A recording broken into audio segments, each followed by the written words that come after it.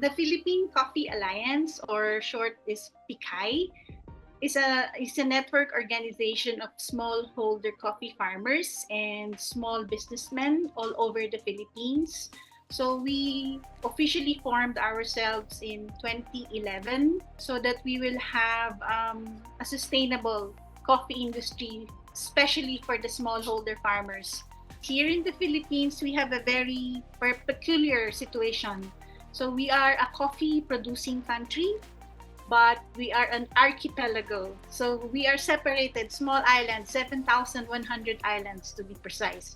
Although we are a coffee producing country, we still import coffee, such as Vietnam, Malaysia, Indonesia, and even as far as Brazil, Colombia.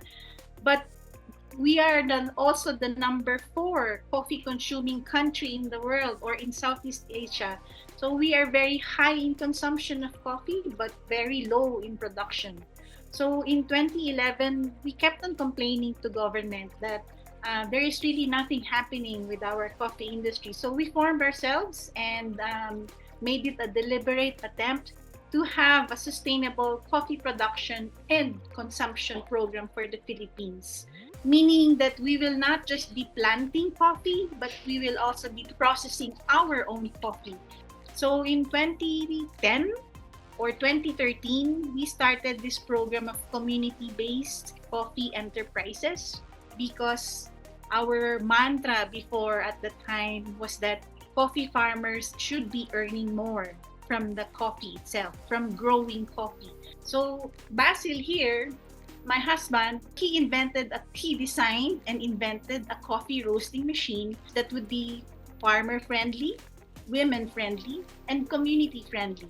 After 10 years or 12 more years down the road, we have established around 52 community-based coffee enterprises. This was through a grant subsidy program of the Department of Agriculture, which was followed then by several government agencies. So if you could give little background of which communities you are working with?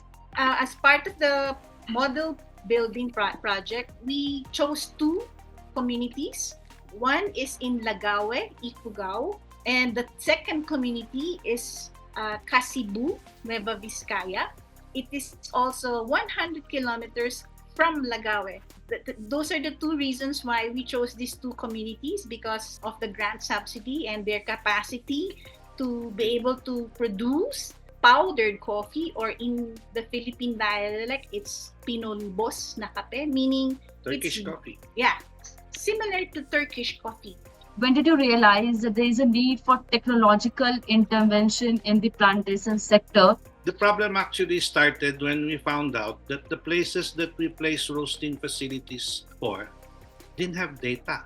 So I decided that the best way to be able to get some data that they can also use for their business is to be able to get the data from the machines. So it is machine generated data. So like how many kilos that they roast, or how long it took to roast, everything that I could get from. I was thinking that this would be good for them to be able to know what's really happening in their business. I decided to make a program or a roasting machine that bookkeeps. So I have a LoRa 1 there, I have a gateway there, and I have a roasting machine. So I've got 3 things in one machine, so that we can monitor the facility. By the way, I just use the least expensive. I'm using sensors from the eBay and everything else, just to make the technology really inexpensive and quite replicable. Because our target is really to empower these coffee communities with data. So apart from building infrastructure, the roasting machine, do you also have modules for financial counseling for the plantation owners, or do you have training building, capacity building? Yes, we definitely have some programs for that. We ask assistance from resource institutions so that communities or community-based coffee enterprises will have some basic knowledge, or mentoring too. Also mentoring. One of the things that we also like to prevent is pilferage. So it also provides a sense of security for the members. Going back to the roasting machine, are they very reluctant to use that technology, or they are very accepting of that? We have a lot of testimonials wherein the farmers, the women, and the youth are very happy with the roasting machine. Can I say? Okay. Yeah, because the roasting machine works like a rice cooker. It roasts it again, consistently again and again and again. So the product doesn't much change. The roaster that I made, it doesn't use conduction. It uses convection. It's an air roaster.